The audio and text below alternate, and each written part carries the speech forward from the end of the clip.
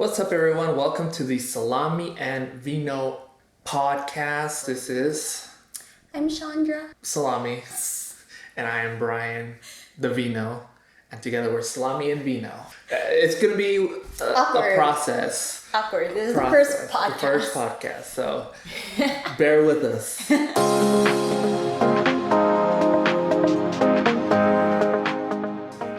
We live in Hollywood, and our podcast is going to be centered around that. But just to let you guys know, like, due to the pandemic, not a lot is happening. We're actually thinking about moving out, etc. So give the audience like a background, like where do you come from and what made you want to move to Hollywood? I was from the Philippines and I have always been a theater geek. And I've always wanted to train in the US. So I decided that I wanted to like F everything, move to the US. I had like hopes, dreams, desires to learn the theater and to learn the television and to learn the film. But like reality kicks in and we realize that Hollywood isn't that great as we thought. So I was born and raised in San Jose, so prime Silicon Valley. And then later started working in tech. I started working at Tesla and I met Chandra, this is my Salami. And soon after, I decided like I was old enough to where I wanted to live on my own. I know Chandra was gonna leave to LA. I made the jump to actually move with her. And it was a struggle and a half because I had to find a new job. Before the pandemic hit, how was Hollywood overall? I liked it when it was alive. I had a lot of gigs. I had a full-time job with, I don't want to say my client, but I had a full-time. It was in Wilshire, right? Yeah, it was in Wilshire. And I was having gigs and auditions and interviews just like 2 to 3 blocks away. Everything was so convenient. After a month of moving to this apartment, the zombie virus hit. When I first moved in, it was very lively. There was a lot of traffic. I remember going to the Comedy Store and there's just like a nightlife here. Even though like there's things to do, it's always a hassle to go to them unless you actually live in Hollywood. I feel like driving to Hollywood is just a hassle because it's gonna be hard to find parking. After the pandemic, it became calmer. It became real quiet. There's hardly any traffic. People weren't walking around. I mean, how was it for you, like, for your gigs and... During the pandemic, I've been booked for 3 gigs. And I got let go in all 3 of the gigs. Weren't you, like, a videographer, too? Yeah, I was a videographer, too, and they just can't have me. Yeah, I mean, that's the reality. I hear LA has a lot of highs and lows, and this is a low. And I'm just hoping for a high. I mean, the pandemic's a low for everyone. I worked in the Valley for like a few months. I was furloughed at first when the pandemic hit. And then later that summer, I was let go. Yeah, the pandemic's still going on, as you could tell. So like after 1 year of living in Hollywood, what do you think about it? It sucks. That's it. Period. What were you hoping for? What let you down? I mean, I was hoping for what I experienced my first month here. A lot of gigs, a lot of networking events, and I was able to experience that. But if you take away the industry, for me, it just sucks. Yeah. Yeah. Besides the industry, besides film and television, a lot of people move here for the beaches, but the beaches don't really impress me. Yeah. Especially if you're from the Philippines. Or if you lived in Japan and you've seen the beautiful, like, nice blue beaches, and they're usually warm, right? Yeah. Here it's super cold. Yeah. It is cold. And plus, there's no sense of community, I guess. That's very weird. You have unions, you have, many people in the same industry, but LGBTQ communities. Yeah, and then you have like financial communities, you have real estate communities. Even if you're in that industry, you really don't talk to each other much. Yeah, there's a mentality of to each their own every once in a while. Yeah, which is weird because when I lived in the Bay Area, even if you weren't in the same industry, they would just reach out and say like, hey, you want to hang out? The downside of the Bay Area is like isn't much to do, but it seemed like everyone was bored to the point where they wouldn't mind just hanging out, eating, or doing stuff, going to like a party or going dancing. Here it's more like you have to go on your own and hopefully you find someone you connect with. Yeah, I've been with Starbucks for a year. I have never hung out with someone from Starbucks. And they're cool people too. They're also in the industry, music. You know what's funny? Acting. All my coworkers from the Bay Area, I still keep in touch with. But the coworkers I had here, I haven't, kept touch with. And I just think it's the difference in culture between the two.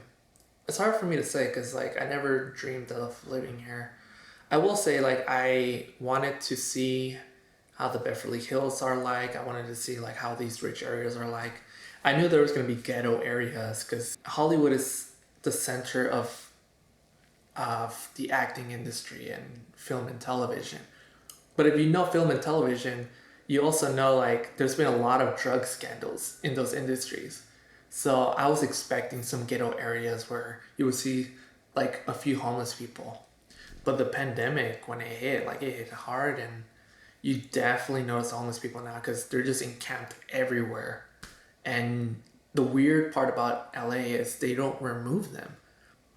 For me, I guess the pros is that it's the mecca to learn film and television acting. I got a chance to learn from Judy Kane, Howard Fine, one of the best acting coaches is near our area, Stella Adler, and you're just nodding your head because you don't know who they are. It's okay. Every star and everyone who's well known got coached here. Even after years of training here, the chances of me making it big or being a movie star is low. But I like the art of it, and I like the community of it, and for me, it's worth it. Yeah, and then your general pros and cons are. I mean, the cons are just. It's more con. It's expensive. Yeah. It's kind of. My biggest dangerous. con here is that people are very angry and nasty for no goddamn reason. Especially when they don't have their coffee. Yeah. That's why Starbucks became a thing. Yeah. I will say, you have so many different cultures in LA, but they never mix together. In the Bay Area, it's just so seamless. You have, a culture that you adopt to. In LA, you come here, there's not really a culture you adopt to. It's just, depends where you live. It's the culture you're naturally placed in. For me, I think when it comes to, the arts world, it's fuck you, this is my art. Y'all bitches, this is my art. And sometimes we can't tell the difference between art or trash. Yeah.